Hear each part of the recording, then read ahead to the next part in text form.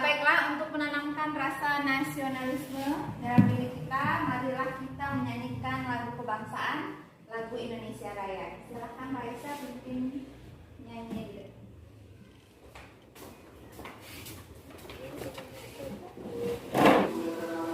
Baiklah, hari ini kita akan masuk pada pembelajaran pengukuran menggunakan jangka sorong. Kalau pertemuan sebelumnya kita belajar tentang besaran dan satuan ya. Ya. Kalian pernah tidak mengukur atau menimbang berat badan? Pernah. Yang kalian timbang itu apa ya? Berat badan atau massa? Apa yang ditimbang? Berat. Siapa yang nggak pernah timbang berat badan? Nggak ada ya? Pasti semua udah pernah. Yang ditimbang itu beratnya atau massanya? Berat. Oke, sekarang pertanyaan ibu. Alat ukur yang kalian gunakan untuk menimbang itu satuannya kilogram atau meter? Kilogram. Kilo? Kalau kilogram berarti yang kalian ukur massa, bukan berat. Ya, jadi kalau mau kemana bukan menimbang berat badan, mau menimbang massa. Oke ya. Oke. Silakan perhatikan PowerPoint atau PPT yang ibu tampilkan di depan. Ibu akan menyampaikan tujuan pembelajaran kita pada pagi hari ini. Oke, kita lanjutkan. Sebelum masuk ke masalah kontekstual dulu, ibu akan menyampaikan bahwa penilaian hari ini itu semuanya dinilai. Bagaimana kalian bekerja dalam kelompok, itu penilaian keterampilan. Bagaimana sikap dalam berdiskusi, itu penilaian sikap serius apa tidak, main-main atau tidak, itu akan ibu nilai semuanya. Kemudian nanti akan ibu berikan soal, ada tugas, di situ nanti akan nampak penilaian pengetahuannya. Ya, oke, silakan lihat di depan. Ya, oke. Oke, nah sekarang silakan duduk dalam kelompok yang sudah dibagikan kemarin. RKPD-nya juga sudah ada ya, materi ajarnya sudah ada. Silakan bekerja sesuai dengan langkah-langkah yang ada dalam RKPD. Apa yang harus menjawab, silakan jawab.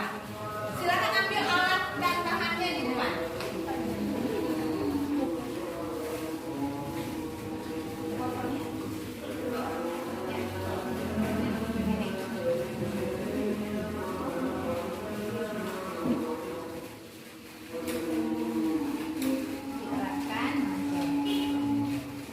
Berapa skala utamanya? Nih, 2, ini diameter luar ya? Ya, 2,7. Nah, catat. Catat 2,7. Lalu skala analisisnya lihat mana skala yang berintit di atas dengan di bawah. Berapa nih? 7 ya? Nah, 7 kali dengan nilai skala terkecil dari jangka sorong 0, kali 0,01 cm. Berarti 0,07 ya Farhan ya? Ya, berarti 2,7 skala utama. Berapa tadi skala utamanya?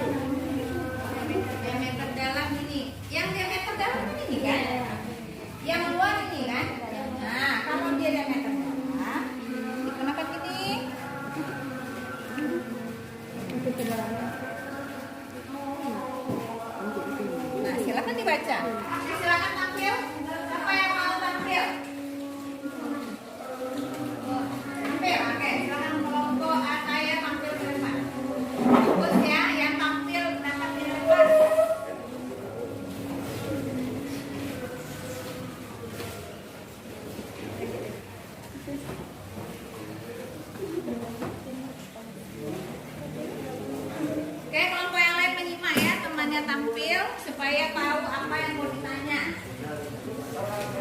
Warahmatullahi wabarakatuh. Waalaikumsalam warahmatullahi wabarakatuh. Dijawab salam temannya. Kami dari kelompok 2 akan membacakan hasil diskusi kami.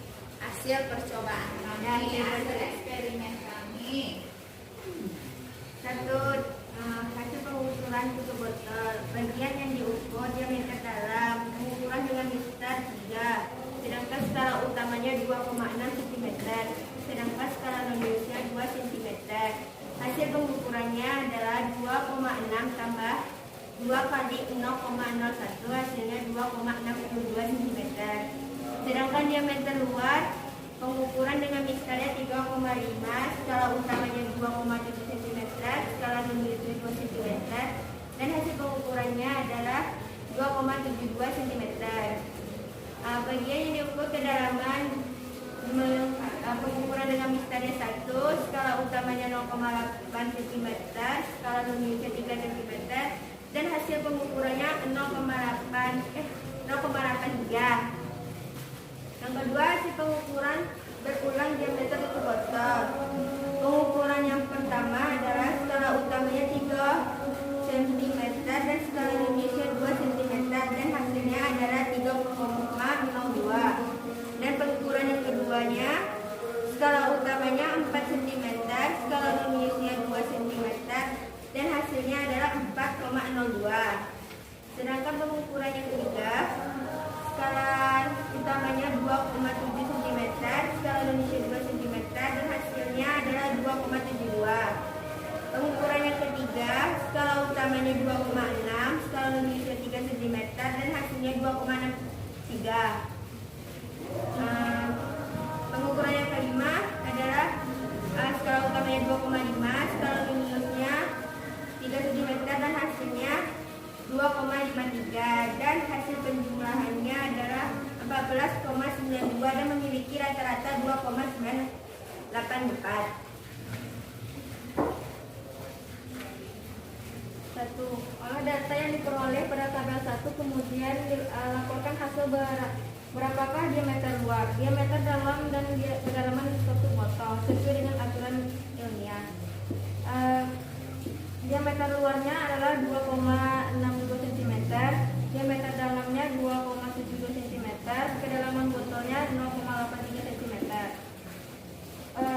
Berapakah hasil pengukuran diameter luar tutup botol sesuai dengan aturan ilmiah? Itu adalah 2,984.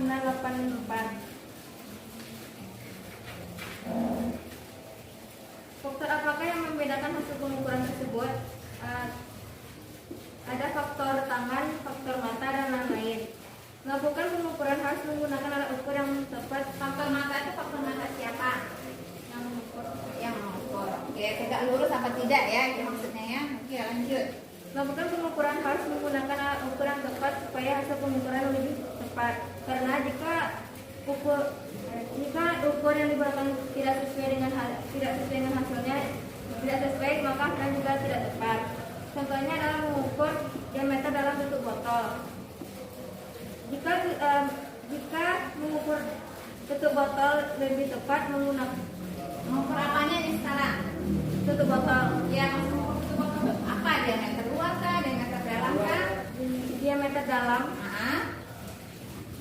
Mengukur diameter dalam tutup botol lebih tepat menggunakan jangka sorong daripada mistar. Ya, oke. Yang terakhir, ketelitian pengukuran bisa terlihat dari skala ukuran yang digunakan. Semakin kecil satu yang digunakan, maka ketelitiannya semakin baik dan tepat. Oke, cukup simpulannya ya. Oke, kelompok lain ada yang bertanya? Oke, silakan. Anissa Zikra. Saya dari kelompok Saya Anissa Zikra. ingin bertanya kepada kelompok saya. Kenapa sih kita harus melakukan pengukuran berulang? Bukankah itu pekerjaan yang sia-sia? Oke, coba dijawab. Coba, kira-kira kenapa sih kita harus melakukan pengukuran berulang? Pekerjaan sia-sia nggak itu? Sia-sia apa tidak? Iya. Sia-sia? Tidak. Iya, tidak. Yang mana yang betulnya? Tidak. Oke, Ibu bantu ya. Kenapa kok kita harus melakukan pengukuran secara berulang? Ya, berulang itu tuh hafal, kaji, dan diulang, Mbak. Supaya meyakinkan kita bahwa hasil pengukuran yang kita lakukan itu benar. Kita lakukan berulang kali dengan orang yang sama supaya kita tahu, oh berarti kalau dilakukan sama yang ini hasilnya ini, dilakukan sama ini hasilnya ini gitu. Jadi kita tahu kesalahannya di mana. Itu maksudnya. Jadi tidak ada sia-sia ya. Justru makin diulang hasilnya makin bagus. Oke ya? Ayo, oke. Cukup ya? Ada lagi pertanyaannya? Tidak? Nggak ada? Cukup, oke. Kalau sudah cukup silahkan ditutup. Baiklah, saya dari kelompok 2. Kalau yang salah mau dimaafkan. Sekian presentasi dari kami. Jika ada kalimat yang salah mau dimaafkan. Assalamualaikum warahmatullahi wabarakatuh. Berikan aplaus kepada kelompok 1. Ya. Sekali hasil dari pekerjaannya.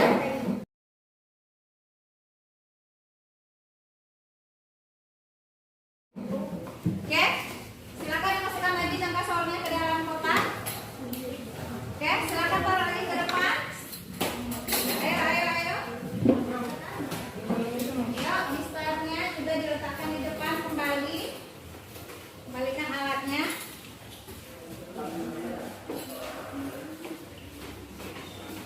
Oke, ayo Rizky.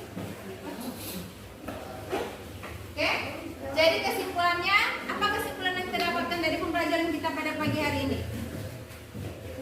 Yang pertama, kita harus menggunakan alat ukur yang tepat untuk mengukur sesuatu. Semakin kecil nilai skalanya, skala terkecilnya, maka semakin baik hasilnya, semakin akurat hasil pengukurannya. Ya, kita kuis sebentar melalui Google Form. Silakan dibuka Android-nya, lihat linknya di grup WA. Oke, soalnya hanya cukup 2, silakan dikerjakan. Cari uraikan jawabannya, kirimkan ke Classroom ya. Kalau di Google Form cukup jawab pertanyaannya A, B, C, D. Oke, kasih waktu 5 menit dari sekarang. Ya, cepat. Jujur, cari pakai pulpennya, silakan bisa dicari, jangan handphone bisa kecepatan. Cari hasilnya.